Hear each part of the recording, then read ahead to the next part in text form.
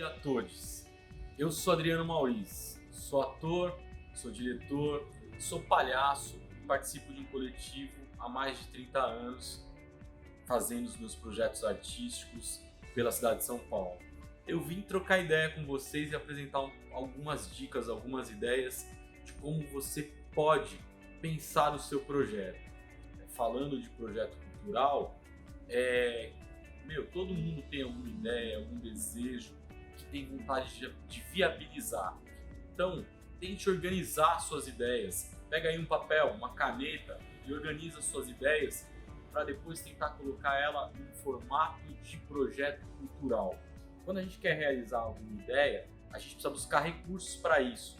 E muitas vezes, os recursos que a gente precisa pode ser viabilizado através de trocas, de escambos, de parcerias, uma coletividade que abrace junto com a gente a nossa ideia.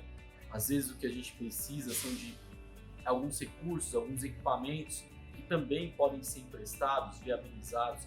Então, a parceria, a troca, o apoio direto é muito importante, mas de verdade, a maioria das vezes a gente precisa de recursos, né? E onde é que a gente vai encontrar esses recursos? Esses recursos, que na maioria das vezes são recursos econômicos, existem alguns canais onde a gente pode buscar os patrocínios incentiváveis, que são aqueles projetos que a gente escreve para as leis de incentivo, como Rouanet, como Promac, como Proac, e que você, na verdade, tem um incentivo que vai ser viabilizado para uma empresa patrocinadora. Mas na maioria das vezes, onde a gente tem mais acesso são os editais públicos e privados. Muitas empresas criam editais, mas especialmente nós temos os editais que são públicos, que são os de âmbito federal, estadual ou municipal. São editais públicos e privados. O que é um edital? O edital é uma espécie de regulamento, onde você vai encontrar ali, no edital a gente vai encontrar lá o objetivo do edital, a que ele se destina. Pode ser um edital para filme, para circo, para artes cênicas, para música, para festivais. Vão estar lá as regras, quem pode concorrer, de que forma a pessoa pode concorrer, os prazos, quando ele vai ser publicado, o resultado, quando ele tem que ser realizado. Vai estar os recursos que são disponíveis para esse edital, tem editais de 1 milhão, mas tem editais de 20 mil. Então, quais são os recursos que estão disponíveis, os critérios de seleção, Normalmente se tem comissões julgadoras que levam em conta uma série de fatores para escolher um projeto. Então, uma dica importante, antes de qualquer coisa, leia o edital. Lá nesse edital você vai encontrar mais ou menos um roteiro, que é o que você deve apresentar no seu projeto. Então, vai dar todas as condições e vai ter assim, o projeto deve apresentar item 1, 2, 3, 4... Isso é fundamental, leia esse roteiro, que é o que você tem que apresentar. Uma das primeiras coisas que você vai ver nesse roteiro são os dados cadastrais de quem está apresentando. São os seus dados. Eles podem ser pessoa física ou pessoa jurídica. Se for pessoa física, são os seus dados pessoais, é o seu CPF, o seu RG, o comprovante de residência, tudo que se refere a você. E se for pessoa jurídica, é o CNPJ, são os dados do proponente, é o endereço da empresa, são os dados do representante legal daquela empresa. Então, sempre procure ver se o projeto é pessoa física ou pessoa jurídica. Às vezes pode ser as duas opções e você tem que escolher e colocar lá os dados cadastrais. Às vezes alguma empresa pode estar impedida de concorrer, então é sempre importante olhar esses detalhes, se a empresa que vai te representar tem todas as condições também para fazer essa representação. Muitos editais colocam alguns limites para a representação de uma pessoa jurídica. Isso está escrito sempre no edital. Por exemplo, uma microempresa pode representar apenas um projeto, ter apenas um projeto contemplado, pode escrever mais de um, mas só terá um. Uma cooperativa pode representar projetos, mas até 25% dos projetos contemplados podem ser de uma cooperativa. Então, procure também olhar essas regras para você saber se quem vai te representar já está representando outro projeto ou não, quais são as suas chances, né, com essa representação. Alguns projetos são tributáveis. O que isso quer dizer? Que sobre eles recaem impostos. Então, a empresa que te representa pode ter esses impostos colocados lá no orçamento. E pessoa física também. Às vezes, quando é um prêmio, não tem imposto. Mas quando é um outro tipo de convênio, tem. Vou dar um exemplo. Agora, na Aldir Blanc, os projetos de coletivo, pessoa física, tiveram tributação. As pessoas tiveram que pagar o imposto e muitas não colocaram no orçamento. Mas no caso da Aldir, o orçamento era aberto e ela podia acrescentar. Então fique de olho. Se tem imposto, você pode colocar lá no seu orçamento. Na sequência, vai possivelmente nesse roteiro, vai estar pedindo para você colocar o objetivo. Bom, o objetivo você tem que ser muito sintético, resumir aquilo que você quer fazer no projeto. É uma descrição do que você deseja realizar com aquele projeto. Quero fazer a montagem de um número circense, ou quero fazer a temporada de um circo em uma cidade, ou quero fazer a manutenção da minha lona, a reforma de um espaço, quero fazer a circulação do meu grupo por diversas cidades. Então, o objetivo ele tem que carregar isso, aquilo que eu desejo realmente fazer de uma forma sintética. A justificativa deve vir logo na sequência, que é o porquê, a relevância, o motivo, o impacto, o diferencial, os motivos. Você coloca aí o que vai realmente dar importância para que as pessoas, né, os jurados, a comissão, identifique a relevância do seu projeto, por que ele tem que ser escolhido.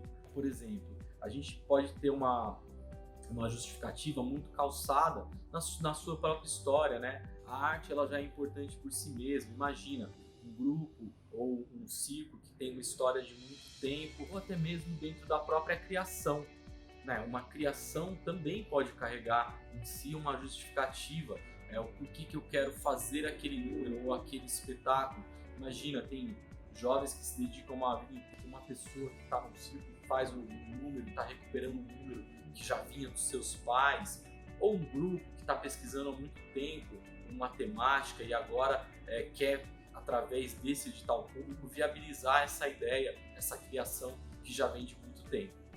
Os editais, eles costumam ter linguagens diferentes, por isso também é importante a gente ler e procurar entender o que ele está querendo dizer, porque, em geral, aquilo que a gente tem para dizer, a nossa ideia pode ser escrita de acordo com aquela linguagem. Eu vou dar um exemplo, né, que muitas pessoas tiveram dúvidas no Fomento ao Circo, né, quando eles colocam lá, descrever a realidade. Eu vi em projetos sociais, eles têm uma questão de descrição da realidade, e às vezes é uma situação de vulnerabilidade, de fome, de miséria. E a partir dessa realidade, você tem a sua meta, que é transformá-la. Então, por exemplo, erradicar a fome. E aí você vai encontrar, a partir dessa meta, o que você precisa fazer, que são as atividades, e depois a mensuração, que é como você mede se você atingiu o resultado. Complicado? Eu vou explicar melhor. A situação, esses dias visitei um circo que estava numa situação bem vulnerável por conta da pandemia. Eles estão sem trabalhar já tem um tempo, a lona está parada e muitas famílias começaram a ir embora. Conversando com a pessoa desse circo, ela falou: olha, eu queria muito agora nesse momento mudar de praça. Você vai descrever a realidade.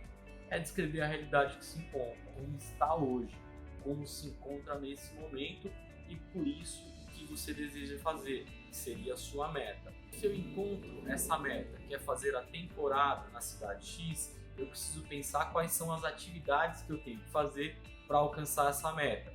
Aí as atividades, por exemplo, vai ser a desmontagem da minha lona, o deslocamento dela, vai ser a montagem da lona na outra cidade, né? Encontrar o terreno, encontrar a infraestrutura, a manutenção da lona e depois vai ser a temporada.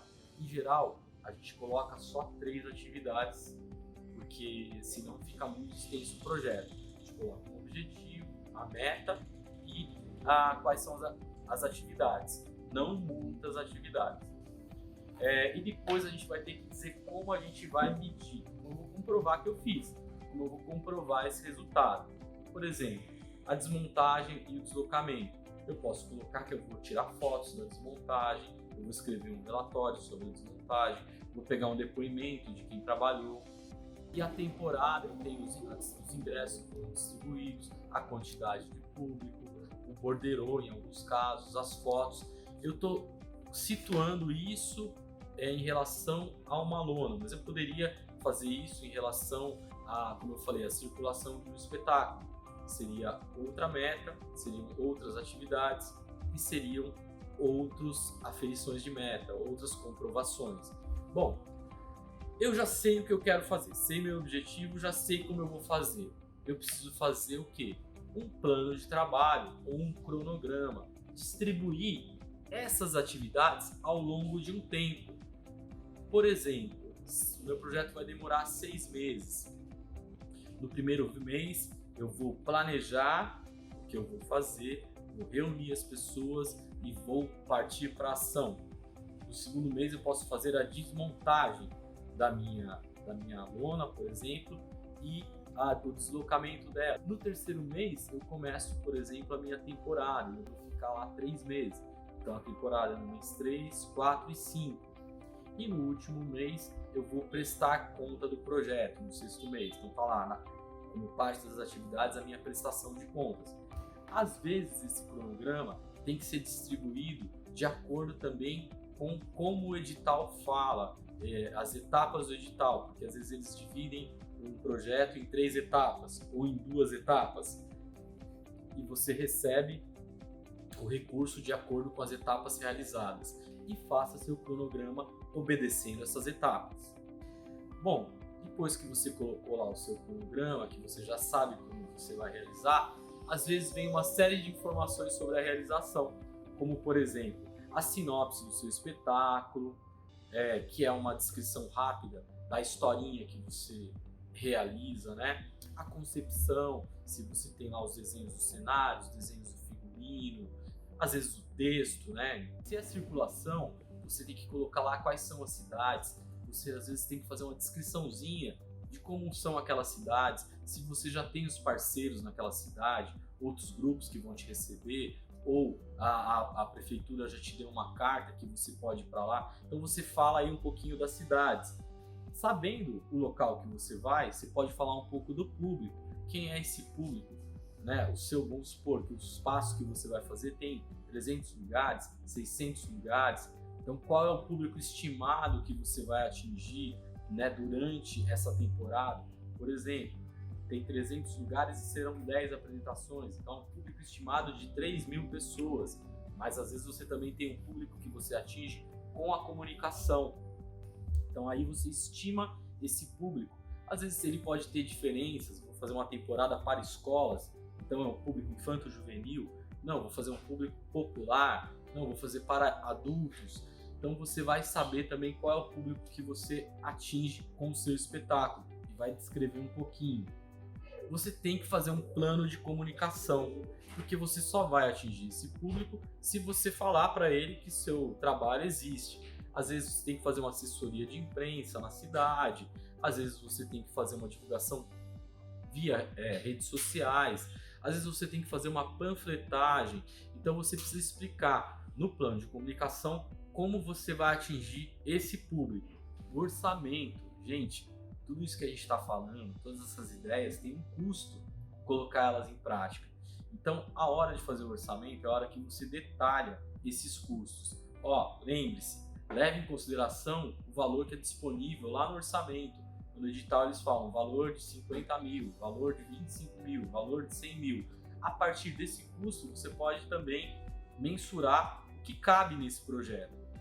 Então, olhe lá, no seu orçamento pode caber os recursos humanos, ou seja, a sua equipe, A sua equipe pode ser desde o artista, a secretária, a pessoa que elabora o projeto, a um capataz, a um técnico. Então, a equipe são os recursos humanos. Os materiais de consumo, aquilo que você vai precisar, que são itens que serão gastos durante o projeto. Por exemplo, o dinheiro para você fazer seu figurino, para fazer seu cenário, o dinheiro do transporte, o dinheiro da alimentação, são todos custos que serão consumidos ao longo da realização. Um vídeo que você pode ter que fazer, eu queria inclusive lembrar isso, é uma dica. Muitos projetos hoje, devido à pandemia, já pode estar especificado, nada será adaptada ao formato online, em caso de ser durante a pandemia. Ou já pode ser previsto que vai ser realizado em vídeo. Você tem um dinheiro lá para fazer a filmagem. Essa parte técnica tem custado muito. Por exemplo, as transmissões, o streaming é um custo, o impulsionamento é um custo, a filmagem é um custo. Então você pode prever isso e são itens de consumo. Os equipamentos, às vezes você tem que alugar equipamento de luz, você precisa de equipamento técnico, você precisa lá do seu trapézio, da sua lira, da máquina de fumaça. Esses são equipamentos que você vai ter que comprar para o seu projeto. Você pode colocá-los. Vamos lembrar também que no caso do circo, muitas vezes a gente precisa ter ARP, né? Tem que ter um laudo do engenheiro para esse equipamento, para atestar a segurança dele. Mas no orçamento você vai colocar lá o equipamento X e o custo dele. A manutenção. Às vezes, no caso de um grupo, ele pode ter um espaço, uma sede, que pode ter lá recursos para a manutenção dessa sede.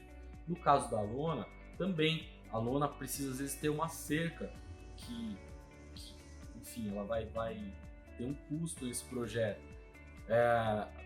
Arrumar a lona, pintar as ferragens, então tudo isso são custos de manutenção.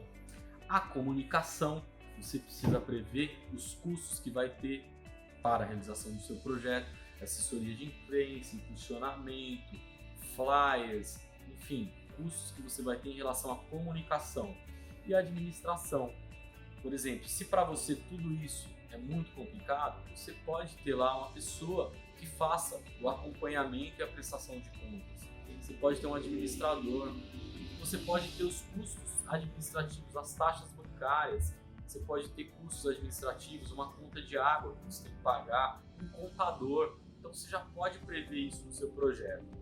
A maioria dos projetos hoje são em forma digital.